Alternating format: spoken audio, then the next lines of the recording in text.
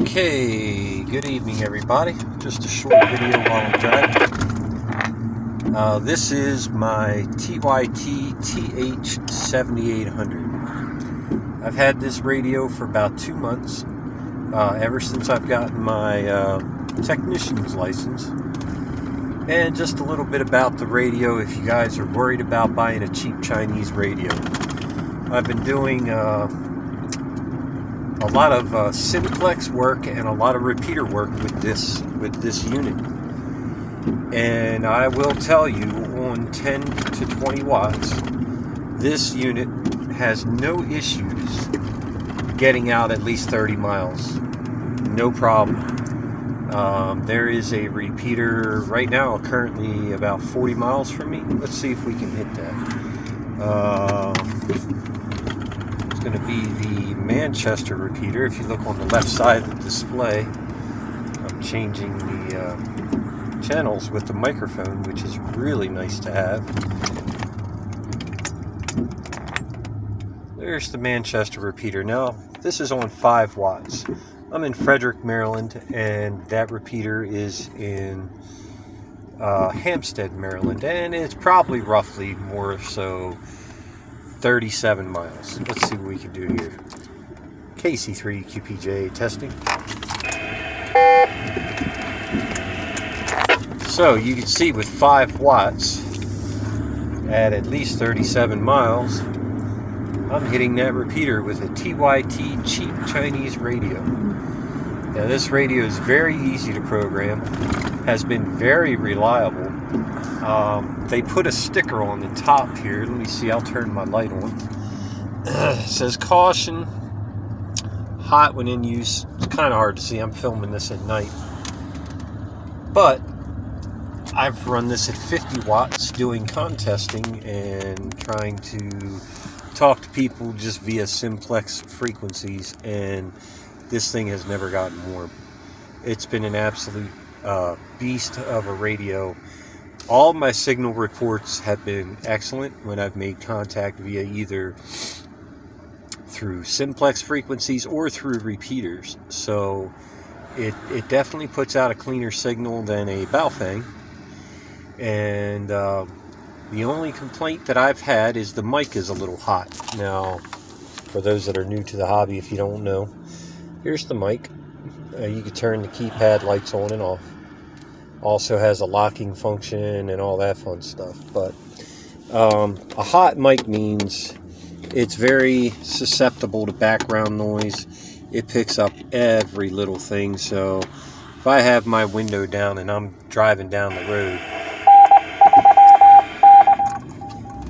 it's going to pick up a lot of different stuff as far as background noise goes. It'll even pick up the defrosters from your vehicle. So if that's really a concern of yours, go with a more expensive radio. And you know, I'll put it to you like this: for the features that this radio has, the next step up from this with a higher name brand radio is going to be at least another $150 out of your pocket at the bare minimum. I picked this radio up for $200, and it has a lot of features that some of the more expensive radios don't have, such as Crossband Repeat. Crossband Repeat allows you to use a handy talkie outside of your vehicle. You tune one side or the other to a frequency, and then tune the other side of the display, like the right side. You can tune that to a repeater or another dedicated frequency that you want to talk on, and then activate the Crossband Repeat. Now, whichever one has the 70 centimeter frequencies, the other side would have to be a 2 meter frequency, and vice versa. You can convert 2 meters to 70 centimeters and vice versa as well, but it has to be one on the or the other.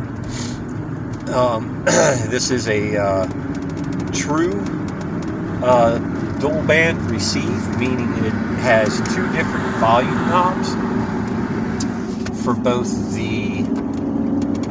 sides. So the left side has its own volume and squelch control, as well as its own VFO, which you can't really see in the dark. Let's see here. I can't really see it in the video. I'm sorry guys, but I'm driving on the highway and doing a video and playing with my ham radio all at the same time, which is not safe. So I'll just still continue to tell you the features. So each side it's a dual band receive. It will transmit either 2 meter or 70 centimeter on both sides of the radio with no problems. Output power is a little overrated, but it doesn't fall too shy of what it was said to do. On high power, this radio puts out about 44 watts. On the UHF, which is the 70 centimeter band, which is only 6 watts off of its advertised frequency. And believe it or not, the 2 meter band actually puts out 52 watts when it's advertised for 50. So there was a slight surprise there. Keep in mind, this is also dependent on how good your antenna is set up. Low SWR will go a long way to keep the heat down from any kind of reflected power back into the radio. So decent antenna, and you're good to go with this radio for right around $220 off of Amazon, believe it or not. This radio is Part 90 compliant, meaning it only operates within the ham bands, which is 144 to 147 on the 2 meter bands, and I can't remember what the 70 centimeter bands are the allocations for that, but it is Part 90 compliant when it's shipped. So if anybody wants to do a Mars modification where it'll operate out of your amateur frequencies, you can do that via the programming cable. Don't get caught transmitting on those frequencies, people. They're there for a reason, and it's easier to tune to them when you can monitor them. In the state of an extreme emergency, those Mars frequencies will be used from anywhere from news stations, emergency services, Civil Air Patrol, and quite possibly the National Guard, just depending on what the FCC allocates those bands for. And don't do something stupid and ruin the chances of you getting a license and being able to utilize what is available. It is a lot of fun and a great hobby, and I encourage everybody, just for the fun of it, to get into it. It can get you active and outdoors, and you can have a lot of fun with it. Anyway, that's my quick and probably under-described review of the TH-7800.